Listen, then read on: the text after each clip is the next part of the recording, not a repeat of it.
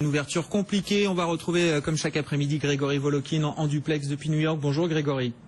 Bonjour Grégoire. Président de Mescard Financial Services, on garde le sourire bien sûr, mais c'est vrai que là l'ambiance commence à être vraiment très lourde. On rechute de plus belle en Europe et on attend, je le disais, une ouverture compliquée à Wall Street. Oui, absolument. Et pour une fois, on ne dira pas que le marché américain baisse à cause du pétrole. On va dire, pour faire simple, que le marché américain baisse à cause des banques européennes. Est-ce que ça vous convient? Oui, c'est vrai que les banques européennes, c'est -6. Hein. Ouais. Voilà. Maintenant, qu'est-ce qu'on attend de la journée, à part un marché très difficile? On attend toujours Janet Yellen, qui va continuer à témoigner devant le Sénat cette fois. Et je vous dirais que l'impression qu'elle a donnée hier n'était pas particulièrement brillante. C'est-à-dire elle avait l'air un peu résignée.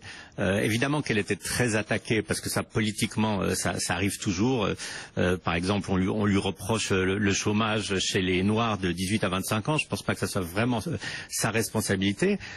Mais elle avait même des réponses un peu confuses. On disait mais est-ce que ça serait possible d'avoir des taux d'intérêt négatifs aux États-Unis? Vous avez demandé aux banques de faire un stress test avec des taux d'intérêt négatifs. Est-ce que c'est possible? Et elle a dit légalement je ne le sais pas.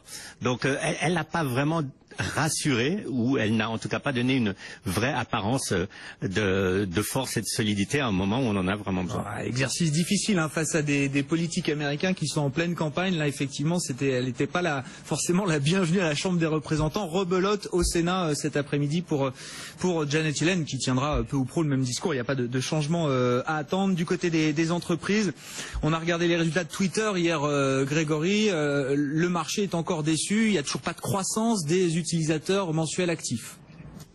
Oui, je pense que là, le marché se focus un tout petit peu sur le mauvais problème. Le problème actuel pour Twitter, c'est vraiment de changer leur interface. Parce que avoir 320 millions d'utilisateurs, c'est pas mal du tout. C'est quand même une des plus grosses plateformes Internet au monde, même s'il y a plus de croissance. Le problème, c'est que c'est difficile d'accès, ça c'est certain. Mais je crois qu'en fait, vous verrez que Twitter va ouvrir en baisse de 4 ou 5%.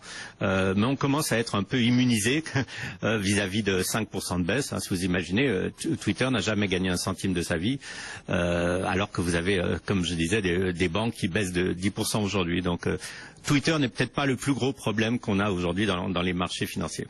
C'est sûr, il y a d'autres priorités avant Twitter en ce moment. Merci beaucoup Grégory. Grégory Volokin, le président de Mescard Financial Services, ouverture compliquée donc attendue à Wall Street dans une vingtaine de minutes.